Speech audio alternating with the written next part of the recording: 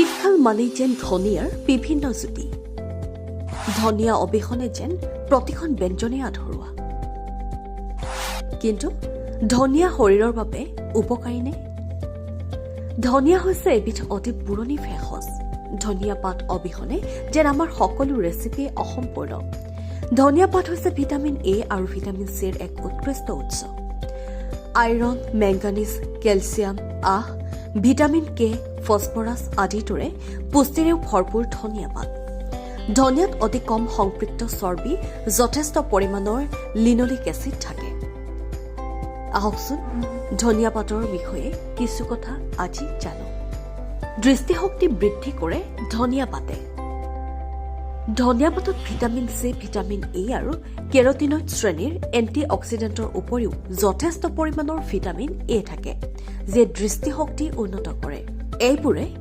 কনজাক্টিভাইটিছ আৰু মেকুলাৰ আৰু বয়স সম্পৰ্কীয় দৃষ্টিশক্তিৰ ক্ষয়কাৰী বিকাৰ নিৰাময় কৰাটো সহায়কাৰী ডায়েবেটিছ নিয়ন্ত্ৰণ কৰে ধনিয়া পাতত আহাৰত আহ আৰু প্ৰটিনৰ গুৰুত্বপূৰ্ণ স্তৰে ৰক্ত শৰ্কৰাৰ স্তৰ নিয়ন্ত্ৰণ কৰাত সহায় কৰে নেমু আৰু মৌৰ সৈতে এগিলাচ ধনিয়াৰ ৰস খালে ভোক নিয়ন্ত্ৰণ কৰাৰ লগতে ওজন হ্ৰাস আৰু ডায়েবেটিক লক্ষণবোৰো হ্ৰাস কৰে পেটৰ সমস্যাৰ প্ৰতিকাৰক ধনিয়া পাতত থকা এন্থোচায়ানিনে প্ৰদাহ প্ৰতিৰোধী গুণাগুণে পাকস্থলীৰ আলচাৰ আৰু বদহজম নিৰাময়ত সহায় কৰে তদুপৰি ধনিয়া পাত খোৱাৰ ফলত গেষ্ট্ৰিক স্লেমা নিঃসৰণৰ স্তৰ বৃদ্ধি হয় যি পাকস্থলীৰ বেৰবোৰ শক্তিশালী এচিডৰ পৰা ৰক্ষা কৰে যাৰ ফলত অন্ত্ৰৰ স্বাস্থ্য বৃদ্ধি হয় মস্তিষ্কৰ স্বাস্থ্য সুস্থিৰ কৰে ধনিয়াৰ প্ৰদাহ প্ৰতিৰোধী গুণাগুণৰ ফলত মগজুৰ ক্ষতিকাৰকৰ সৈতে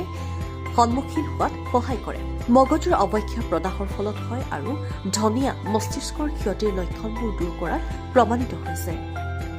ছাল উন্নত কৰে ধনিয়া পাত হৈছে ভিটামিন ই আৰু ভিটামিন এৰ উৎস ধনিয়াই ছালৰ পৰা অতিৰিক্ত তেল শোষণ কৰাৰ ক্ষমতাৰ বাবে তেলেতীয়া ছালৰ সমস্যাৰ সৈতেও যুঁজিব পাৰে ইয়াত এণ্টি মাইক্ৰবাইল এণ্টিছেপ্টিক আৰু এণ্টিফাংগাল গুণাগুণ আছে যি ছালক শান্ত আৰু শীতল কৰে ঋতুগত সংক্ৰমণৰ সৈতে যুঁজ দিয়া ধনিয়াৰ এণ্টি মাইক্ৰবাইল গুণাগুণে খাদ্যজনিত সংক্ৰমণৰ বিৰুদ্ধে যুঁজ দিয়াত উপকাৰী বুলি প্ৰমাণিত হৈছে ধনিয়া পাত আৰু ধনিয়া গুটিৰ পৰা আহৰণ কৰা তেলে মূত্ৰনলীৰ সংক্ৰমণৰ চিকিৎসাটো সহায় কৰে নিউজ ডেস্ক ৰিপৰ্ট NDTV